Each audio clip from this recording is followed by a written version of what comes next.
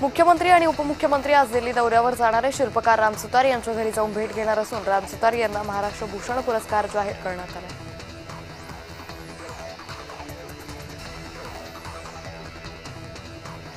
भाजपचे हर्षवर्धन चालुक्य निवडणुकीच्या रिंगणात उतरले। धाराशिवच्या उमरगा नगराध्यक्ष पदासाठी हर्षवर्धन चालुक्य यांनी अर्ज भरलाय। उमरगाचं नगराध्यक्षपद सर्वसाधारण प्रवर्गासाठी आरक्षित केलं।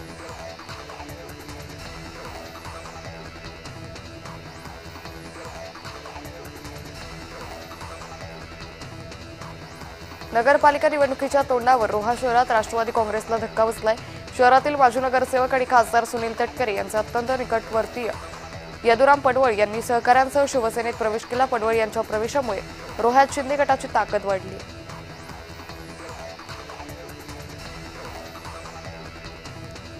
नाशिकला आधुनिक शहर करणारे पर्यटन आणि तीर्थक्षेत्र विकसित करणार असल्याचं मुख्यमंत्री फडणवीसांनी आश्वासन दिलं।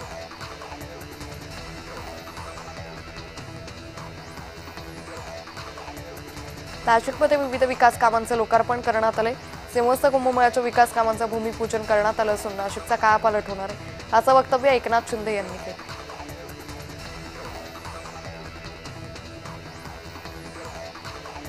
आमदार रवी राणांचा अमरावती जिल्हा दौरा आहे, तर दौऱ्यामध्ये राणांनी चांदूर बाजारात चाय पे चर्चा केली। आगामी निवडणुकीबाबत सामान्य नागरिकांचा कौल घेतला।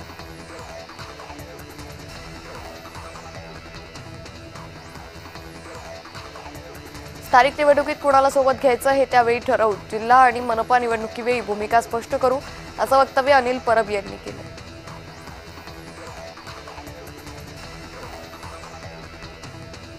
अखेर महाराष्ट्र काँग्रेसचं ठरलंय, नगरपालिका आणि जिल्हा परिषद निवडणुकांमध्ये आघाडी नाही। मनसे आणि एमआयएम सोबत काँग्रेस आघाडी करणार नाही अशी माहिती जय महाराष्ट्र सूत्रांनी दिली।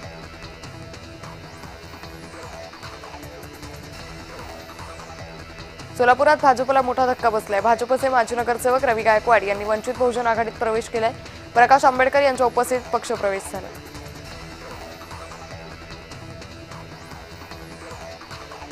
महसूल मंत्री चंद्रशेखर बावनकुळे ऍक्शन मोडवर आहे। पुण्यातील पशुसंवर्धन विभागाच्या गैरव्यवहार प्रकरणी कारवाई केली असून हवेलीतील सहाय्यक दुय्यम निबंधक विद्या बडे यांना निलंबित करण्यात आलं। मंत्री बावनकुळेंनी निलंबनाचे आदेश दिले।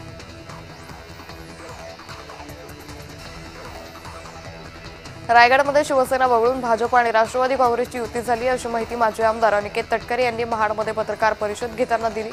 नगराध्यक्ष पदाबाबत प्रदेशाध्यक्ष सुनील तटकरे घोषणा करणार आहेत।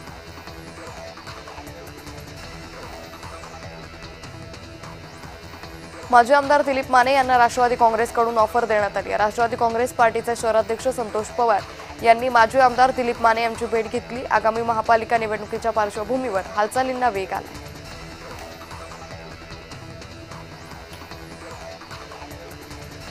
चंद्रपूर भाजप आमदार बंटी बागडिया यांना धक्का बसलाय। चिमूर मतदारसंघातील भाजप नेत्यांनी काँग्रेसमध्ये प्रवेश केला।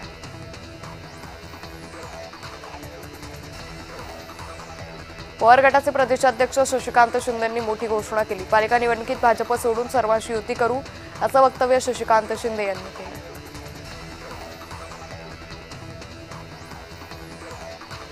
चित्रा वाघांचा ठाकरेंवर हल्ला बोले। जनतेनं निवडलेले प्रतिनिधी लोकांचे सेवक असतात, कोणाच्या घराचे गुलाब नसतात।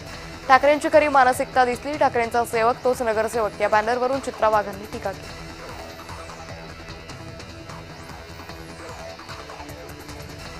शिरूरमध्ये दोन्ही राष्ट्रवादी एकत्र लढण्याची चर्चा आहे। ही निवडणूक कार्यकर्त्यांची निवडणूक आहे, त्यांची मतं जाणून घेऊन लवकर निर्णय घेऊ असं वक्तव्य खासदार अमोल कोल्हे यांनी केलं। आमच्याच पक्षातील नेत्याचा फोनमुळे गुन्हा दाखल झाला। माझ्यावर हेतुपुरस्पर गुन्हा दाखल करण्यात आला असं वक्तव्य राष्ट्रवादीच्या रुपाली ठोंबरे पाटलांनी केलं।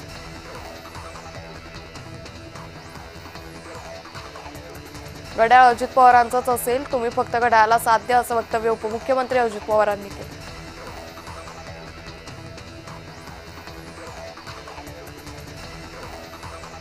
भाषा प्रांतवाद करून हिंदूंमध्ये फूट पाडतात अशा लोकांपासून सावध व्हा असं म्हणत चित्रा वाघ यांनी विरोधकांवर निशाणा साधला।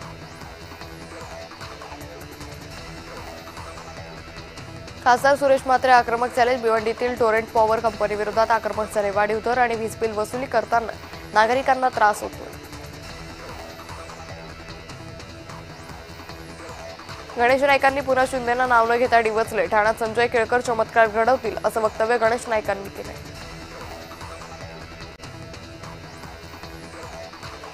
ठाकरे गटानं आमच्यासोबत यावं, महाविकास आघाडीसोबत आम्ही जाणार नाही, असं वक्तव्य केंद्रीय राज्यमंत्री रामदास आठवले यांनी केलं.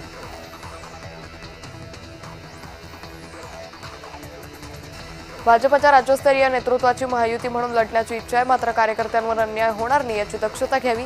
सहकारी म्हणून कार्यकर्त्यांचं म्हणणं मांडणार, अशी भूमिका गणेश नाईकांनी स्पष्ट केली.